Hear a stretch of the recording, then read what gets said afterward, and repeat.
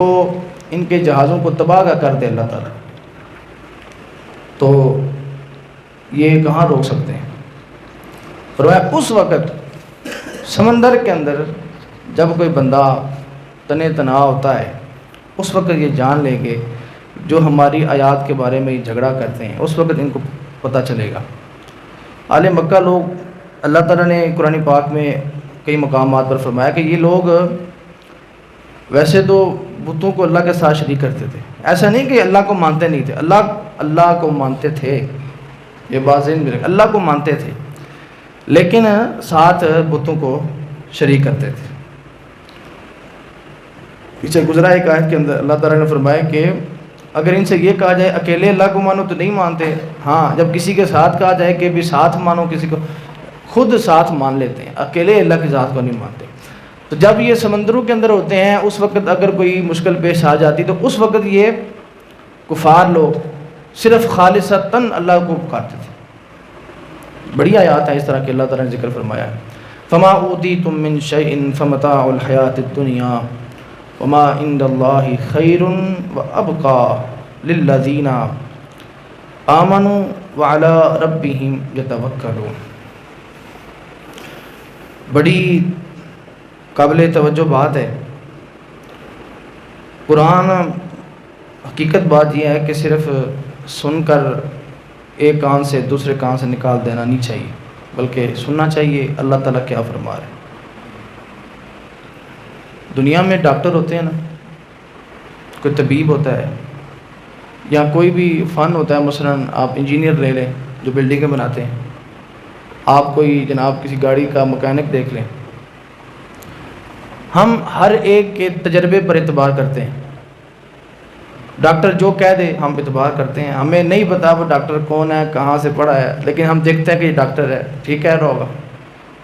Building کے معاملے میں ہم نہیں جانتے، لیکن انجینئر جو کہہ دے ہم مان لیتے ہیں، جی ٹھیک کہہ رہا ہوگا۔ گاڑی ہم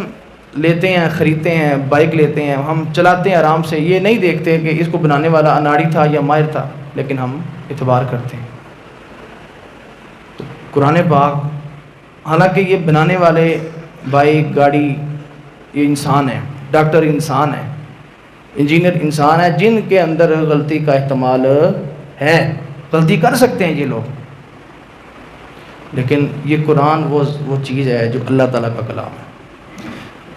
یہ کلام قرآن پاک اس کا کلام ہے جس کو پوری کائنات کا پتہ ہے، کائنات میں چھپی ہر شے کا پتہ ہے، جس کو آسمان کا پتہ ہے، آسمان کے اندر موجود ہر شے کا پتہ ہے، جس کو تو یہ بھی پتہ ہے کہ کالی رات میں کالے پتھر میں چونٹی جو چل رہی ہے اس کی بھی خبر رکھتا ہے، زمین کی ہر خشک و تر شے کا پتہ رکھنے والی ذات ہے۔ تو جب وہ ذات کہے جس کو تو قیامت کے آگے کا ہر علم تو اسی کے پاس سے آیا، تو جب وہ ذات کہے کسی بات کو تو وہ سننا چاہیے، اس پر عمل کرنا چاہیے، اس پر دل و جان سے یقین کرنا چاہیے۔ اللہ تعالیٰ نے فرمایا فما اوتیتم من شیء فمتاع الحیاۃ الدنیا، فرمایا کہ جو کچھ تمہیں دیا گیا ہے، جو کچھ، جملے سنیں، جو کچھ تمہیں دیا گیا ہے۔ اب جو کچھ میں آپ دیکھ لیں کیا کیا آتا ہے، آپ کا جسم آتا ہے، آپ کی دولت آتی ہے، دنیا کا بڑے سے بڑا امیر ترین کبیر بندہ کیوں نہ ہو، اللہ نے فرمایا جو کچھ تمہیں دیا گیا ہے وہ بہت تھوڑا ہے، وہ دنیا کی زندگی بہت تھوڑی ہے، جو کچھ تمہارے پاس ہے۔ دنیا میں آپ تبصرے پڑھیں، کئی لوگ ایسے گزرے ہیں کہ جن کا جو لائف سٹائل تھا، جن کا زندگی گزارنے کا طریقہ تھا، وہ بہت ہی شاہانہ قسم کا، ان کے کپڑے سلوانے والے بڑے خاص قسم کے، ان کی گاڑیاں بڑی خاص قسم کی، ان کا کمرہ بڑا خاص قسم کا، جی کئی ڈاکٹر اس نے پچھلے دنوں کچھ ماہ پہلے ایک تحریر پڑھی تھی میں نے کہ ایک ڈانسر گزرا ہے یورپ کا، مائیکل جیکسن، اس کے بارے میں نے پڑھا کہ وہ اتنا سینسیٹیو اور حساس تھا کہ اس نے ڈاکٹروں کی پوری ٹیم رکھی ہوئی تھی کہ جن کے مشورے کے بغیر نہ وہ کھاتا تھا، نہ پیتا تھا، نہ سوتا تھا، جی، اور روزانہ کی بنیاد پر جناب ہر دوسرے دن وہ اپنا چیک اپ کرتا تھا، یعنی کہ ایک بہت بڑا، اور اس کا وہ لکھتے ہیں کہ اس کا ایک پلان تھا، اس کا پروگرام تھا کہ میں نے اتنے سال جینا ہے، ٹھیک ہے جی، اور دنیا اس کی جناب جنون کی حد تک دیوانی، لیکن اس کی موت کا جب وقت آیا وہ چند منٹ آدھے گھنٹے کے اندر اندر اس کی طبیعت خراب ہوئی اور وہ چلا۔ اب دیکھ لیں، جس نے ڈاکٹروں کی ٹیم رکھی تھی، جس کے پاس پیسہ تھا، سب کچھ تھا، لیکن وہ بندہ جب وقت اللہ کی طرف سے آتا ہے، بڑے بڑے مضبوط بندے، بڑے بڑے قلعے، اللہ تعالیٰ نے قرآن پاک فرمایا، کیا فرمایا؟ اینما تکونوا یدرککم الموت ولو کنتم فی بروج مشیدہ، فرمایا تم جہاں مرضی چھپ جاؤ، مضبوط قلعوں میں چھپ جاؤ، موت تمہیں وہاں بھی تلاش کر لے گی۔ پچھلے دنوں دبئی کا جو برج خلیفہ ہے، اس کا جو بڑا مالک تھا، کہتے ہیں دنیا میں شاید پہلے دوسرے تیسرے نمبر پر امیر ترین بندوں میں سے اس کا نام تھا، لیکن اس کی جب میت پڑی ہے، کفن کے اندر پڑی ہے، وہی سادی قبر ہے جی، وہی جناب چند فٹ کی قبر ہے، لمبائی چوڑائی اس کی وہی ہے، لیکن وہ اسی طرح گیا ہے، زندگی گزار گیا، لیکن کیا آخر بالآخر اپنے ساتھ لے کر گیا ہے؟ تو اللہ نے فرمایا جو کچھ تمہیں دیا گیا ہے وہ تھوڑا ہے، اس لیے جب ہے ہی تھوڑا تو کیا غرور، کیا تکبر، کیا اترانا، کیا جناب شوخیاں مارنا، کیا اپنے آپ کو کچھ سمجھنا، کیا فائدہ ان چیزوں کا؟ ہاں اللہ نے فرمایا بہتر کیا ہے جب یہ کچھ تھوڑا ہے، فرمایا بہتر کیا ہے، ہمیشہ رہنے والی کیا چیز ہے؟ وعلا، فرمایا کہ بہتر چیز اور باقی رہنے والی چیز وہ ہے کہ جو ان لوگوں کے لیے جو ایمان لائے اور اپنے رب پر بھروسہ کرتے ہیں، ایمان بہتر ہے، ایمان کے تقاضے جو پورے کرتا ہے وہ چیز بہتر ہے، یہ چیزیں باقی رہنے والی ہیں، یہ چیزیں دنیا کی عارضی ہیں، ٹھیک ہے جی۔ اس کو آپ یوں سمجھے کہ دنیا کا جو مال و متاع ہے آپ کے ہاتھ میں ہونا چاہیے پیسہ، تاکہ آپ دنیا کے اندر کسی کے محتاج نہ ہوں، اپنی ضروریات پوری کریں، لیکن پیسے کی ہوس دل میں نہیں ہونی چاہیے، دل اللہ کی ذات کے لیے خالی ہونا چاہیے۔ فرمایا والذین یجتنبون کبائر الاسم والفواحش واذا ما غضبوا هم یغفرون۔ اگلی بات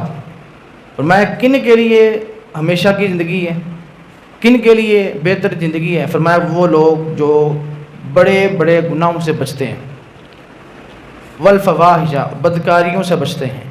واذا ما غضبوا جب وہ غصے میں آتے ہیں تو ہم یغفرون وہ معاف کر دیتے ہیں، ٹھیک ہے جی۔ یہ تین صفتیں ہیں، بدکاریوں سے بچتے ہیں، بڑے بڑے گناہوں کبیرہ گناہوں سے بچتے ہیں، اور جب وہ غصے میں آتے ہیں تو وہ معاف کر دیتے ہیں۔ اس لیے انسان کی طبیعت میں حلم برداشت ہونی چاہیے ہر وقت، ویسے تو کبھی غصہ آ جاتا ہے، حضور نے بھی جلال فرمایا، لیکن کوئی وقت ہوتا ہے۔ اب جب بھی بندہ بات کرے تو منہ ایسے بات کرے کہ اگلا بندہ کہ یار یہ لڑن آ گیا میرے نال۔ کچھ بندے ہوتے ہیں کہ وہ بات ایسی کرتے ہیں کہ کوئی بھی بات ہے، ذرا دو تین باتیں ہو جائیں تو وہ بس غصے کے اندر آ جاتے ہیں، تو ایسے فرمایا کہ وگرنہ اجر اس بات کا ہے، حضور نے فرمایا کہ پہلوان وہ نہیں کہ جس نے کسی بندے کو گرا دیا، پہلوان وہ ہے جس نے اپنے غصے کو قابو میں کر لیا۔ والذین، فرمایا اور وہ لوگ جنہوں نے استجابوا لربہم اپنے رب کا حکم مانا، واقاموا الصلاۃ اور نماز پڑھی، ٹھیک ہے جی، وامرہم شوری بینہم اور وہ جن کے سارے کام باہمی مشورے کے ساتھ ہوتے ہیں، وَمِمَّا رَزَقْنَاهُمْ يُنْفِقُونَ اور فرمایا کہ وہ اللہ کے دیے ہوئے مال میں سے خرچ کرتے ہیں، وَأَمْرُهُمْ شُورَىٰ بَيْنَهُمْ باہمی کام مشورے سے کرتے ہیں۔ اب یہ اسلام کا ایک بڑا نمایاں پہلو ہے، مشورہ کرنا۔ حدیث پاک میں آتا ہے، حضور نے فرمایا جس قوم کے کام مشورے پر ہوتے ہیں وہ قوم سیدھے راستے پر چلتی ہے، جس قوم کے کام مشورے پر ہوں۔ اور ایک اور حدیث پاک ہے، حضرت ابو ہریرہ رضی اللہ تعالیٰ عنہ فرماتے ہیں، نبی پاک صلی اللہ علیہ وسلم نے فرمایا جس وقت تمہارے حکمران اچھے ہوں، تمہارے مالدار لوگ سخی ہوں اور تمہارے کام مشورے سے ہوتے ہوں تو زمین کا اوپر والا حصہ نیچے والے حصے سے بہتر ہے، اور جس وقت فرمایا کہ حکمران اچھے نہ ہوں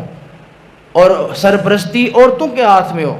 اور کام مشورے کے بغیر ہوں، فرمایا اس وقت زمین کا نیچے والا حصہ اوپر والے سے بہتر ہے۔ مطلب کیا ہے؟ پھر مر جانا اچھا ہے جینے سے۔ مشورہ یہ ہوتا ہے کہ ایک کام ہوتا ہے، ایک اکیلے انسان کی وہ عقل کام بعض دفعہ نہیں کرتی، جب ساتھ دو عقلیں ملتی ہیں 3 عقلیں ملتی ہیں، 4 ملتی ہیں، 5 ملتی ہیں، تو اللہ تعالیٰ کی طرف سے غیبی مدد آتی ہے۔ اللہ تعالیٰ کسی نہ کسی کے دل پر، کسی نہ کسی کے جناب، آپ پڑھیں نبی پاک صلی اللہ علیہ وآلہ وسلم کی سیرت، حضور علیہ السلام نے مشورہ فرمایا، ہر کام میں حضور نے مشورہ فرمایا، اپنے صحابہ کے ساتھ مشورہ کیا، اور جب بھی جو ہے وہ بلکہ غزوہ خندق کے موقع پر نبی پاک صلی اللہ علیہ وآلہ وسلم آپ نے مشورہ کیا صحابہ سے کہ کیا کیا جائے، لشکر آ رہا ہے تو مدینہ کی حفاظت کے لیے کیا کیا جائے۔ اب صحابہ مشورہ دے رہے ہیں بارو باری۔ اب دیکھیں حضرت سلمان فارسی رضی اللہ تعالیٰ عنہ، آپ نے اٹھ کر مشورہ دیا کہ یا رسول اللہ صلی اللہ علیہ وسلم، ہمارے ہاں ایک چیز ہے، ہمارے ہاں ایسے موقعوں کے اوپر جب کسی بستی کو، کسی شہر کو خطرہ ہوتا ہے تو خندق کھودی جاتی ہے۔ یہ مشورہ کس نے دیا تھا؟ سلمان فارسی رضی اللہ تعالیٰ عنہ نے، ٹھیک ہے جی۔ حضور نے وہ مشورہ پسند فرمایا، اور آج تک دیکھ لیں غزوہ خندق کے نام سے مشہور ہے۔ تو مشورہ جو ہوتا ہے یہ سنت مصطفیٰ ہے، مشورہ کرنا، تو ہر کام میں مشورہ یہ بہت اچھا رہتا ہے۔ آگے اللہ تعالیٰ فرماتے ہیں الذین اذا اصابہم البغی، اور وہ لوگ وہ ہیں کہ جب ان پر کوئی زیادتی ہو جائے، ہم ینتصرون، وہ مناسب بدلہ لیتے ہیں۔ بعض لوگ غصے میں بھی بولتے ہوئے ان کو پتہ نہیں چلتا کہ کتنا بولنا ہے، ان کو نہیں پتا کہ غصے میں کتنا ہم نے اگلے کو ریاکشن دینا ہے۔ وہ اندھا دھند جو ہے وہ نہ دیکھیں گے کہ میں نے بولنا کیا ہے، نہ وہ دیکھیں گے جناب کیا میرے منہ میں آ رہا ہے، مجھے کیا کرنا ہے، سارے معاملات۔ ہاں، لیکن پیچھے گزرا ہے کہ اجر اس کا آیا کہ جو بندہ اللہ کی بارگاہ اگر غصہ ہو جائے، اس کو آ جائے غصہ، تو وہ کیا کرے، معاف کر دے۔ ایسا بندہ فرمایا کہ اللہ کے ہاں اس کا مقام ہے، اس